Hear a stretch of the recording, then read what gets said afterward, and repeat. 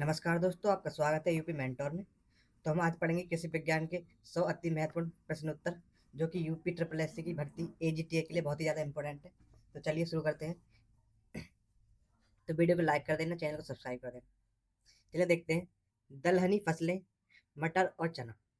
तो मटर की लीफलेस उन्नत प्रजाति कौन सी है? तो यह है अपर्णा। ठीक है, इंपॉर्टेंट क्वेश्चन है। अपर्णा कैसी प्रजाति है मटर की? लीफलेस, पत्ती रहित। ठीक है, बिना पत्ती। अगला क्वेश्चन, मटर की सबसे जल्दी पकने वाली प्रजाति कौन सी है? तो यह है हरभजन। ठीक है, सबसे जल्दी पक जाती है। अगला क्वेश्चन देखेंगे, मटर की पाउडरी मिल्ड्यू प्रतिरोधी किस्म कौन सी है?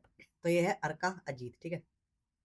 अगला क्वेश्चन देखेंगे, हिसार हरित और हिसार ललित क्रमशः किसकी प्रजातियां हैं? तो ये हिसार ललित है मटर की, और हिसार ललित है टमाटर की। ठीक है, हिसार हरित। ठीक है, हरित जो है मटर की है, और हिसार ललित है टमाटर। ठीक है, ललित मतलब ऐसे याद रखें, लाल। ठीक है, टमाटर, और हरी मटर होती है। ठीक है, चलिए आगे देखते हैं। चने के पछेती और असिंचित क्षेत्र के लिए सबसे अच्छी प्रजाति कौन सी है? तो यह C 235। ठीक है, चलिए आगे देखते हैं। चने की उकटा रोग प्रतिरोधक किस्म कौन सी है? तो वह अवरोधी। Important question. काबुली चने की प्रमुख प्रजातियां कौन सी हैं? तो वह GNG 129, गिरनार और सदाबहार। ठीक है, ये तीनों ही काबुली चने की प्रमुख प्रजातियां हैं। ठीक है, इंपॉर्टेंट है ये क्वेश्चन। अगला क्वेश्चन देखते हैं, चने की प्रजाति RCG 896 का दूसरा नाम क्या है? तो इसका ही दूसरा नाम क्या है? अपर्णा। अर्पण। ठीक है, क्या है? अर्पण। चलिए आगे देखते हैं। अब देखेंगे फसलों का राजा आम, फलों का राजा। कुल खाद्यान्न और आम उत्पादन में प्रथम राज्य कौन सा है? तो वह उत्तर प्रदेश। ठीक है। आम में फलन का समय क्या होता है? तो ये मई से जुलाई के बीच क्या होते हैं? फल आते हैं आम पर। आम में अनियर ग्राफ्टिंग का उपयुक्त समय क्या है? तो यह मार्च अप्रैल से अगस्त तक। आम में सामान्य पौधरोपण की दूरी कितनी होती है? तो ये होती है 10 × 10 मीटर। ठीक है, आगे देखते हैं। उत्तरी क्षेत्र की प्रमुख आम की प्रजातियां कौन सी हैं? तो ये दशहरी, चौसा, लंगड़ा, केसर और बॉम्बे ग्रीन। ठीक है, ये क्या आम की प्रजाति है जो उत्तर में है? ठीक है। फिर देखते हैं दक्षिण क्षेत्र की प्रमुख आम की प्रजातियां कौन सी हैं? तो यह है नीलम, तोतापुरी, स्वर्ण रेखा और बैगनपल्ली। ठीक है, ये दक्षिण की है, और ये उत्तर की है। इंपॉर्टेंट है। आम का फलन प्रतिशत कितना होता है? तो ये कितना होता है? ये होता है 0.01%। आम के भंडार के लिए उपयुक्त तापमान और आर्द्रता क्या है? तो ये कितनी है? ये 12.60 डिग्री सेल्सियस या 13 डिग्री। ठीक है, और 85 से 90% आर्द्रता होनी चाहिए इसकी। ठीक है, चलिए आगे देखते हैं। तब देखेंगे हम प्रमुख सब्जियां, पत्ता गोभी और बैंगन। प्राइड ऑफ इंडिया किसकी प्रजाति है? तो ये पत्ता गोभी कैबेज की प्रजाति है, प्राइड ऑफ इंडिया। पत्ता गोभी की ब्लैक रॉड प्रतिरोधी किस्म कौन सी है? तो वह पूसा मुत्ता। ठीक है, मुक्ता, पूसा मुक्ता ब्लैक रॉड की प्रतिरोधी किस्म की प्रजाति है। अगला क्वेश्चन देखेंगे, पत्ता गोभी में एंटी कैंसर गुण किस तत्व के कारण होता है? तो होता है इंडोल 3 कार्बिनोल के द्वारा। ठीक है, अगला क्वेश्चन है, पत्ता गोभी का पुष्पक्रम क्या कहलाता है? तो एक केट कैन कहलाता है। ठीक है, कैट कैन। पत्ता गोभी के फल का प्रकार क्या होता है? तो ये होता है सिलुकुआ। ठीक है, जो फल का प्रकार है कैसा होता है? सिल्कुआ होता है। बैगन की सबसे अधिक उपज देने वाली प्रजाति कौन सी है? तो है अर्का नवनीत। ठीक है, ये क्या सबसे ज्यादा फल देती है ये प्रजाति बैगन की है। और बैगन की विल्ट रोग प्रतिरोधी किस्म कौन सी है? कौन सी है? तो है फ्लोरिडा मार्केट। ठीक है, अगला क्वेश्चन देखेंगे, बैगन में निमेटोड प्रतिरोध प्रजाति कौन सी है? तो ये ब्लैक ब्यूटी। ठीक है, इंपॉर्टेंट क्वेश्चन है। पूसा भैरव, अन्ना मलाई किसकी प्रजातियां हैं? तो ये बैगन की ही प्रजातियां हैं, पूसा भैरव और अन्ना मलाई। ठीक है, चलिए आगे बढ़ते हैं। श्री अन्न मोटे अनाज। ठीक है, मोटे अनाज को हम क्या कहते हैं? श्री अन्न भी बोलते हैं। मिलेट्स, फॉक्सलेट मिलेट्स का दूसरा नाम क्या है? तो ये कांगनी। ठीक है, फॉक्सलेट मिलेट्स। अगला क्वेश्चन देखते हैं, जापानी बाजरा का वानस्पतिक नाम क्या है? तो यह है इचिनोक्योलोवा। ठीक है, एस्टुकुलेटा। ठीक है, याद रखना इस नाम। भारत का मिलेट्स अनुसंधान निदेशालय कहाँ है? तो ये राजस्थान में। ठीक है, क्योंकि राजस्थान में ज़्यादातर बाजरा होता है। फिर है बाजरे के फल को वैज्ञानिक भाषा में क्या कहा जाता है? तो इसे कैरियोप्सिस कहा जाता है। ठीक है, कैरियोप्सिस। बाजरे के लाइन रोपाई का श्रेय किस वैज्ञानिक को जाता है? तो ये कौन है? ये RC गौतम। ठीक है, इंपोर्टेंट। दीप्ति बाध्यता के आधार पर बाजरा किस प्रकार का पौधा है? बाजरा तो वह शॉर्ट डे प्लांट, ठीक है, ये थोड़े दिन में हो जाता है। तो बाजरा शॉर्ट डे प्लांट है। ज्वार की वृद्धि के लिए उपयुक्त तापमान कितना होता है? तो होता है 25 डिग्री से 30 डिग्री के बीच, ठीक है, ज्वार की उपयुक्त वृद्धि के लिए तापमान। फिर है रागी, जिसे फिंगर मिलेट्स भी कहते हैं। इसका प्रमुख और खतरनाक रोग कौन सा है? तो रागी में लगता है ब्लास्ट रोग, ठीक है। रागी का उत्पत्ति स्थान कहाँ माना जाता है? तो अफ्रीका का पौधा है रागी। तो वीडियो पसंद आ रही है तो वीडियो को लाइक जरूर कर देना और शेयर भी कर देना। मुख्य अनाज मक्का। वह प्रथम फसल कौन सी है जिनके जीनोम का अनुक्रमण किया गया? तो ये कौन सी है? मक्का ही है। मक्का किस प्रकार का पौधा है? तो ये C4 और डे न्यूट्रल प्लांट है एक तरह का। आगे देखते हैं, मक्के के मादा पुष्प को क्या कहते हैं? तो इसे सिल्क कहते हैं, ठीक है। मक्के में कार्बोहाइड्रेट और वसा की मात्रा कितनी होती है? तो कार्बोहाइड्रेट की मात्रा 66% और वसा की मात्रा होती है 3.6 से 4% तक, ठीक है। मक्के में पौधे को सहारा देने वाली जड़ों को क्या कहते हैं? तो इन्हें एरियल जड़ें कहते हैं, ठीक है। ये जो जड़ें हैं मक्के को सहारा देने वाली, ये क्या कहलाती है?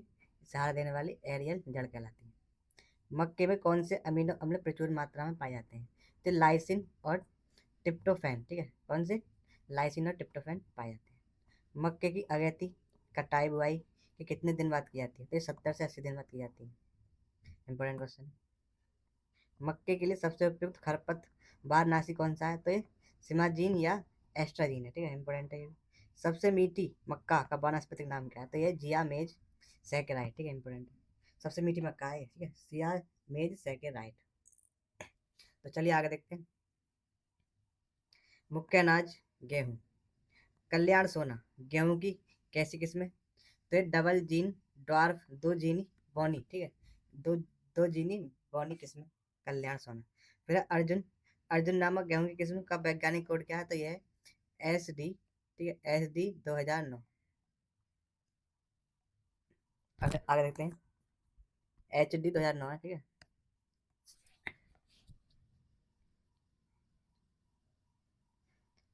असिंचित क्षेत्रों के लिए गेहूं की प्रमुख प्रजातियां कौन सी हैं? तो वह कुंदन और मुक्ता, ठीक है।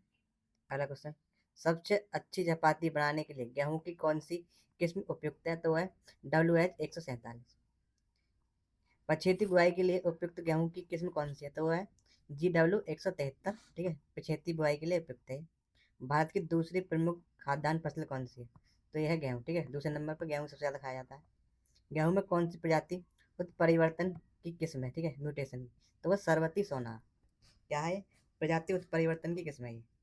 आगे राज 3765 और लोकवन किसकी उन्नत प्रजातियां हैं? तो ये गेहूं की ही उन्नत प्रजातियां, ठीक है, याद रखना इंपॉर्टेंट। चलिए आगे देखते हैं, धान की खेती भाग है। सीता किसकी उन्नत किस्म है? तो सीता चावल या धान की ही एक उन्नत किस्म है। धान में हलिंग प्रतिशत सामान्य कितना होता है? तो कितना होता है हलिंग? ये होता है 65 से 66% तक, ठीक है, इंपॉर्टेंट। धान की सीधी बुआई के लिए उपयुक्त किस्में कौन सी है? तो धान की सीधी बुआई के लिए कावेरी, बाला और गोविंद, ठीक है, ये तीनों ही किस्में उपयुक्त हैं। धान की उत्परिवर्तन प्रजाति कौन सी है? तो यह है जगन्नाथ, ठीक है, इंपॉर्टेंट है। सबसे अधिक प्रोटीन वाली धान की किस कौन सी है? तो ये साबरमती है, ठीक है। विटामिन ए से भरपूर धान की प्रजाति कौन सी है? तो ये गोल्डन राइस, ठीक है। इसमें विटामिन ए बीटा कैरोटीन भर भर के होता है। विश्व की पहली संकर बासमती किस्म कौन सी है? तो ये है PRH 10, ठीक है। कौन सी? PRH 10। धान की कौन सी किस्म उथले जल के लिए उपयुक्त है? तो कौन सी? पद्मा और जगन्नाथ उथले जल के लिए उपयुक्त होती है। चलिए आगे देखते हैं, धान की खेती भाग दो। अस, अमन और बोरो, ठीक है, ये धान की वो है फसल। तो इनके जो बुआई और कटाई के जो टाइम है ये दिख रहे हैं, ठीक है। बुआई कब होती है इसकी? अप्रैल मई में। कटाई सितंबर अक्टूबर में हो जाती है, ठीक है। और अमन, अमन की बुआई जून जुलाई में और कटाई नवंबर दिसंबर में होती है। बोरो, बोरो की बुआई होती है नवंबर दिसंबर और कटाई मार्च अप्रैल में हो जाती है, ठीक है। तो चलिए आगे देखते हैं, यही इन क्वेश्चनों में दिया गया है, ठीक है, तीनों में। तो हमने यहाँ पढ़ लिया। आगे देखते हैं 63वां क्वेश्चन, धान की कौन सी किस्में रबी और खरीफ दोनों मौसमों में उगाई जा सकती है? तो राजेश्वरी और हेमा, ये खरीफ और रबी दोनों ही मौसम में उगाई जा सकती है, ठीक है। अगला क्वेश्चन देखते हैं, धान की क्षारीय भूमि के लिए उपयुक्त किस्म कौन सी है? तो है IR 2, ठीक है, ये धान की क्षारीय भूमि के लिए उपयुक्त है। तारा बासमती किस्म की प्रमुख विशेषता क्या है? तो उबलने पर दाना डबल हो जाता है, ठीक है। भारतीय संकर धान के जनक किसे कहा जाता है? तो ये सिद्दीकी जी थी, इंपॉर्टेंट क्वेश्चन है। भारतीय संकर धान के जनक हैं सिद्दीकी जी। धान की किन प्रजातियों में ब्लास्ट और भूरा पत्ती धब्बा रोग नहीं लगता? तो ये साबरमती, बाला और कृष्णा, ठीक है, तीनों में भूरा धब्बा नहीं लगता। चलिए आगे देखते हैं। तो वीडियो को लाइक जरूर कर देना और चैनल को सब्सक्राइब भी कर लेना। प्रमुख तिलहन और ऊर्जा फसलें। तिलहनी प्रौद्योगिकी मिशन की शुरुआत कब की गई? तो 1986 में की गई थी। सरसों की किस्म पूसा जय किसान का दूसरा नाम क्या है? तो यह बायो 902, ठीक है। विश्व की पहली संकर सरसों की किस्म कौन सी थी? तो यह NRCHB 506, ठीक है, इंपोर्टेंट है। फिर है मूंगफली में फैलने वाली प्रजाति की बीज दर क्या है? तो यह 60 से 80 किलोग्राम प्रति हेक्टेयर में, ठीक है। आगे क्वेश्चन देखते हैं। मूंगफली में गुच्छेदार प्रजाति की बीज दर क्या है? तो यह 80 से 100 किलोग्राम प्रति हेक्टेयर। अगला क्वेश्चन देखेंगे। इथेनॉल उत्पादन के कारण ऊर्जा फसल के नाम से किसे जाना जाता है? ठीक है, एनर्जी क्रॉप। तो गन्ना को हम क्या जानते हैं इथेनॉल के उत्पादन से? ठीक है, इससे इथेनॉल का उत्पादन होता है गन्ने से। तो इसीलिए हम इसे एनर्जी क्रॉप के नाम से जानते हैं, ठीक है, इंपॉर्टेंट है। गन्ने की संजीवनी प्रजाति का वैज्ञानिक कोड क्या है? तो वह CO7219, ठीक है, CO7219। बीजे मसालों में सर्वाधिक उत्पादन किस मसाले का होता है? तो धनिया का होता है, ठीक है, कोरिएंडर का, ठीक है, इंपॉर्टेंट है। चलिए आगे देखते हैं। रेशम कीट पालन। तो रेशम उत्पादन, रेशम कीट पालन को क्या कहा जाता है? तो इसे सेरीकल्चर कहते हैं, ठीक है।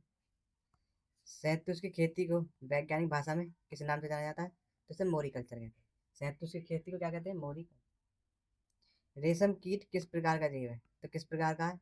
एलिंग है, ठीक है, यूनिसेक्सुअल है और मोनोसियस, इंपॉर्टेंट है। रेशम कीट की सर्वाधिक मैथुन क्रिया किस माह में करते हैं? तो जुलाई और अगस्त में करते हैं, ठीक है। रेशम कीट का संपूर्ण जीवन चक्र लगभग कितने दिनों में पूरा होता है? तो 56 दिन, 50 से 56 दिन लग जाते हैं इसमें, ठीक है। रेशम कीट के प्रत्येक कोकून पर लगभग कितना लंबा तंतु लिपटा होता है? तो ये जो होता है 1000 से 1500 मीटर तक का तंतु लिपटा होता है, ठीक है, एक कोकून। अब आगे देखते हैं। शाक और झाड़ियों के अध्ययन को क्या कहा जाता है? तो क्या कहा जाता है? अर्बोरिकल्चर, ठीक है। इसको शाक और झाड़ियों के अध्ययन को क्या कहते हैं? इंपोर्टेंट है, अर्बोरिकल्चर कहते हैं।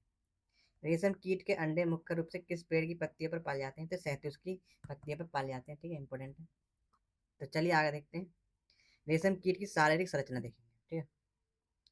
तो देखो इसमें दिखाया गया है, ये सिर है इसका, ये वक्ष है, थ्रोट, ये उदर है, ठीक है, और ये वक्ष है, ठीक है।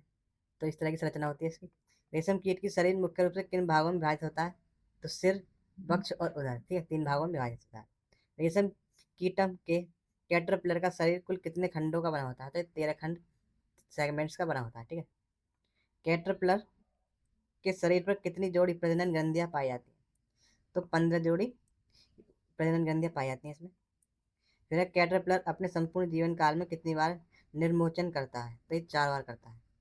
फिर कैटरपिलर के सिर पर कौन सा मुखांग पाया जाता है? तो ये मैंडिबल युक्त होता है, ठीक है, कैसा होता है? मैंडिबल युक्त होता है। कैटरपिलर के सिर के दोनों ओर कौन सी ग्रंथियां स्थित होती है? तो ये रेशम ग्रंथियां होती है, ठीक है, कैटरपिलर के ऊपर क्या होती है? रेशम ग्रंथियां। आगे देखते हैं। नवजात कैटरपिलर की लंबाई कितनी होती है? तो ये 6 मिलीमीटर लंबा हो सकता है। रेशम कीट के अंडे सामान्यतः किस रंग के होते हैं? तो ये पीले रंग के होते हैं, जो रेशम कीट होता है ना, इसके अंडे पीले रंग के। चलिए आगे देखते हैं। अन्य महत्वपूर्ण तथ्य है जई, रागी और जौ। जई जैसे ओट्स भी बोलते हैं। जई के लिए पानी की कुल आवश्यकता कितनी होती है? तो 400 से 500 mm, ठीक है, इसके लिए पानी की आवश्यकता होती है। कैंट, कॉचमैन और अल्जीरिया किस फसल की मुख्य प्रजातियां हैं? तो ये जई, ओट्स की। चीनी का वानस्पतिक नाम क्या है? तो पेनिकम मिलियसियम, ठीक है। क्रॉस मिलेट्स जो है, चीन नहीं, चीना, ठीक है। चीना का वानस्पतिक नाम पेनिकम मेलियसियम है, ठीक है। चीना में गुणसूत्रों की संख्या कितनी होती है? तो 2n बराबर 36, ठीक है। बोला झूठा अनाज, सीडो सीरियल्स के अंतर्गत कौन सी फसलें आती हैं? तो बकवीट, ठीक है, और चौलाई किस प्रकार के हैं? ये झूठे अनाज के अंतर्गत आते हैं, इंपॉर्टेंट है ये क्वेश्चन, ठीक है, मोस्ट इंपॉर्टेंट। रागी मडुआ की सामान्य बीज दर कितनी होती है? तो 8 से 10 किलोग्राम प्रति हेक्टेयर होती है, ठीक है, इंपॉर्टेंट है। अब देखते हैं। जौ बेरली की छिलका रहित और 6 पंक्ति वाली प्रजाति कौन सी है? तो यह हॉर्डियम बल्गेयर वेराइटी, जिनमें आरवेज, ठीक है। तो चलिए आगे देखते हैं। प्रमुख बीज दरें। तो मक्का की विभिन्न प्रकार की बीज दरें देखते हैं। तो पॉपकॉर्न जो कि 12 किलो प्रति हेक्टेयर होता है, ठीक है, और बेबीकॉर्न 25 किलो प्रति हेक्टेयर। स्वीट कॉर्न 8 किलो प्रति हेक्टेयर, और संकर 20 से 25 किलो हेक्टेयर, और संकुल ये होता है 18 से 20 किलोग्राम प्रति हेक्टेयर, और डिम्बर होता है 4-5 किलो प्रति हेक्टेयर में, ठीक है, इंपॉर्टेंट है इनकी दरें। धान, पत्ता गोभी और बाजरा की प्रमुख बीज दरें क्या है? देखते हैं। धान, धान छिड़कवा 100 ग्राम प्रति, ठीक है, 100 ग्राम होता है और प्रति हेक्टेयर, और सीड ड्रिल 60 ग्राम प्रति हेक्टेयर, ठीक है, किलोग्राम, और बासमती राइस 20 किलोग्राम प्रति हेक्टेयर में होता है। पत्ता गोभी होता है 500 ग्राम प्रति हेक्टेयर। फिर अब बाजरा जो कि 4 से 5 किलोग्राम प्रति हेक्टेयर में होता है, और नर्सरी के लिए 2 से 2.5 किलोग्राम बहुत होता है, ठीक है। तो हमने यहाँ पे 100 इंपॉर्टेंट क्वेश्चंस कर लिए। तो अगर आप इस वीडियो को 2 बार देखोगे तो ये आपको पूरे याद हो जाएंगे।